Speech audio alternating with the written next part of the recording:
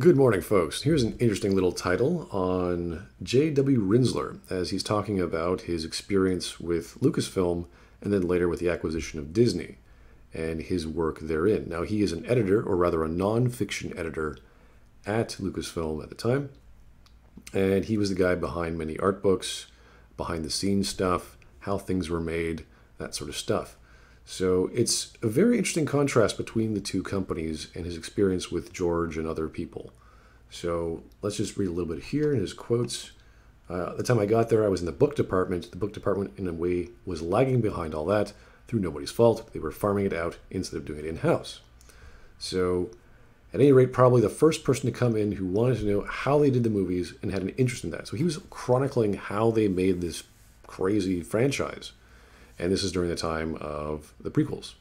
So when I met with Rick McCallum, if you don't know Rick McCallum, he's the guy who's kind of George's right-hand man for practical stuff. So if George wanted to do something practically, they would go to Rick, he would figure it out, and he'd plan out how to do a set, for example. I pitched him the idea of doing a behind-the-scenes book for episode 3 that didn't just talk about visual effects, but talked about everything from concept art to editing to spotting the music to scoring the release of the film. And Rick, bless his heart, just in the office at that moment said, yes, let's do it. So we're talking about a guy trying to figure out the machine of the Lucasfilm production line, whatever you want to call that process, which is fascinating because we're talking about a massive movie franchise and books and games and toys and of course all the other stuff that goes along with Star Wars. So he was trying to figure that out. So they hadn't really even released episode 2 yet, and I started documenting episode 3, and that's how it all happened, and eventually got to know George after a long time and lead to all the other books. So all the stuff that he's published, and we can just take a look at some of this stuff. Where is it? There we go. So The Art of Star Wars episode 3, The Making of Star Wars Revenge of the Sith, The Art of Revenge of the Sith, The Making of Star Wars, The Definitive Story Behind the Original Film. So he was pretty much a reporter and an editor of nonfiction work. And just because you have that title doesn't mean you just do that stuff.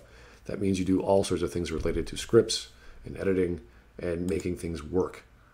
So very interesting to learn about. I mean, what was great about Lucasfilm and working at the ranch, and the big ranch, there was a lot of autonomy. There were only 30 people in the licensing department. It changed, fluctuated a bit, and there were 3 or 4 people in publishing. And those 30 people more or less oversaw international and domestic the entire Star Wars franchise. We're talking about a small group of people controlling the image of Star Wars throughout the world for all these years. From toys to skateboards to t-shirts to bathroom products to all the books and comic books. Of course, publishing was only a small part of it. So they were looking at everything, this small group of people, making sure it was focused. The big ticket stuff were the action figures, and they started high-end replicas. I'm not sure when that started, but it was really got going when I was there. So we all know the toys from Star Wars is where they made all their money in merchandising. So there was a lot of autonomy, and the idea was after episode 1, because after episode 1, everybody got greedy. I'm not sure exactly what happened, but some people were actually taken back. I'm going to make $1 billion off every product I do. And he's trying to say, like, well, Star Wars is big, but it's not that big. Like, it's a big franchise, but you can't go crazy thinking you're going to make all this money. So they scaled things back for episode 2, and they maybe didn't do quite enough, which is interesting, because if you think about episode 1 and 2, I remember going over it with the Glib Show, and episode 2 is probably, I wouldn't say the worst, but there's nothing I particularly liked about episode 2 as a movie. And they sort of got the right feeling with episode 3. Even though there were a lot of problems with that movie, they had a lot more good things in the movie comparative to the other 2 movies. So we're talking about script in that regards, but this is also in relation to marketing and all the product lines and how they got the message right. So episode 3, we got it right. By the time we got to 2005 and 2006, it was such a well-oiled machine, but not a machine in a negative sense. It was highly personalized. So this is after episode 3 came out. Everything just sort of made sense. The marketing was right. The products were being released properly internationally as well. That's a pretty cool thing. And sadly, after the fact, the last film was done, so they had other projects to work on, which allowed for other content and secondary and tertiary sources. So like whatever you want to call the Clone Wars or comic books and books at the time, everything was being done properly, or at least after the fact of a clear vision when episode 3 was finished. And we all had a good idea of what George wanted because the head of licensing was Howard Rothman, who had been there since 1980 and 1981. He had known George for a long time, and there were other people who had known him for 5-10 years, and they hired people who they sort of knew got it. So this is kind of important. It's like working for any company. You have to know what you're getting into, and you understand what the company is all about. What's the message? What's the philosophy? What's the product line? What's the business model? What are all these things? Not always. There was always a few exceptions. There were a few people who were let go, but for the most part, people understand the ethos, and you can't really define it except to say they should be as close to the feeling of the films as you can get. Now, depending on what you liked about the films was always a hard thing to sell. Not everyone liked the prequels, so I'm not exactly sure what he's talking about there, unless he's referring to the original series. For example, I would get into really convoluted plot lines sometimes for young adult fiction, and that just wasn't Star Wars. Isn't that interesting? Star Wars is not young adult fiction. I didn't know that. This is way too complicated. You've got to simplify it. It's just bad storytelling. So this is a guy who's not working on fiction, who's hired as a non-fiction editor, and he's talking to people in the writing department saying, hey, this is not good. That's interesting. That an editor who has access to these people say this is how it should work. To get the quality right. That's what editors do. It doesn't matter if you're an editor from another department, but an editor looks at content, whether it's storyboards or grammar or the margins of a page, and they say this doesn't feel right. There's something off about this, and they can explain to you why. Or we've had one writer who was very much involved in feelings. Oh, this is interesting. And was a great writer, but had no sense of action scenes. So here we're talking about the style of an individual writer, saying he's really into getting a dramatic feeling going, but he doesn't know action. And you're like, wait a second, how is this Star Wars if you're not doing action? This sounds more like some radio drama or some sort of Star Trek episode. You know, Star Wars needs action scenes. Yes, exactly. Whether it's with fighting with lightsabers or blasters or on foot or starships, you name it, there's action. So you would have to go in and rewrite the actions. And we had the autonomy to just go in and do it. We were good 800-pound gorillas. See, this is what I want to know. This is what I want to hear when I hear about a franchise or a book series or anything related to media. There's a group of people who are quality control, they're QA or quality assurance, who go in and look at anything and go, okay, this is going to work, this isn't going to work, here's the reason why. Can you massage it? Can you fix it? For everything. So it's marketing, it's books, it's TV, it's comics, it's you name it. They're the guys. And that's what I think is fantastic in Lucasfilm, that they did have these people on board. This was also reported by Disney Star Wars is dumb, and what the big deal is about the jump to Disney. And here's the simple comment here. When Disney came on, and I will say this, I don't think it violates any NDA, so he's free to say whatever he wants. I had been there for 15 years. I worked with George Lucas for all those 15 years, and I couldn't see a script for the longest time for The Force Awakens.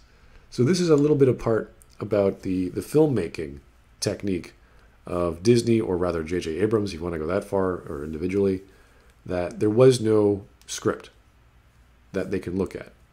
They had to, whatever the creative process was with Disney, with Abrams, was we're going to do that later.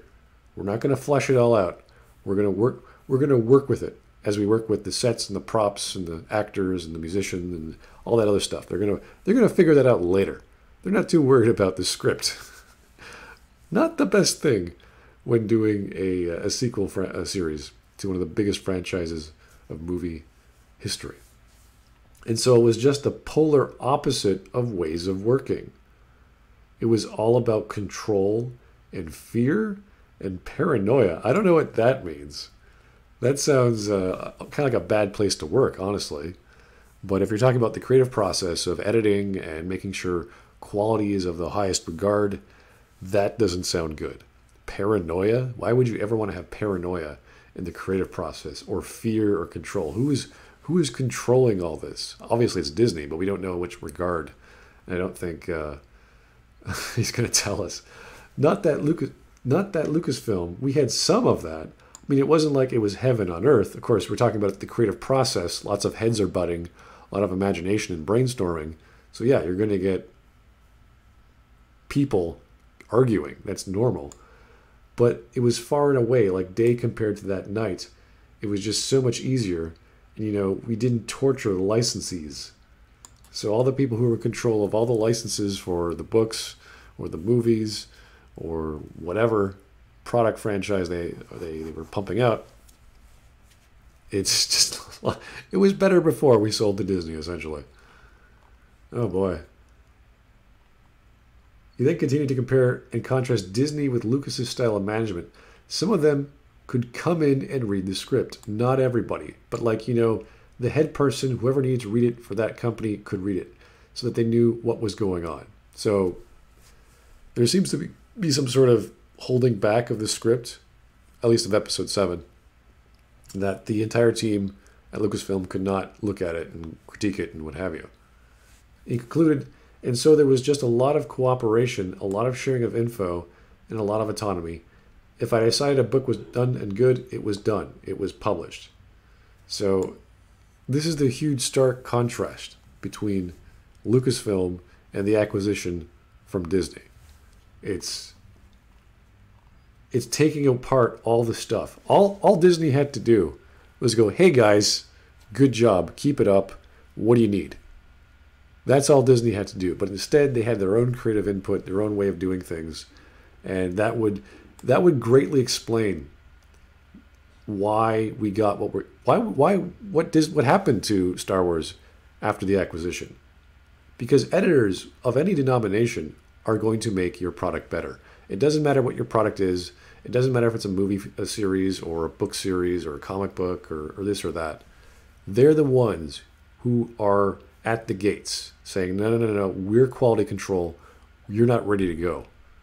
We've got all these problems. People aren't going to like X, Y, or Z because we have 15 years, 20 years, 30 years experience to know what Star Wars means. So whenever you guys are talking to editors or you're going to be publishing a book, these are the guys who know what they're talking about. They will tell you what works and what doesn't and why. Critics, editors, you name it, they're the guys you need to listen to. And when you kick them out of your studio, they don't see scripts early on. They don't know what the final product's going to be like. Then you have a problem in your production line. Whew. Well, it's interesting for me. I don't know if you guys care to listen to that, but always need to know about behind the scenes and the editing process of a creative piece of work. Thanks for listening. Have yourself a good day.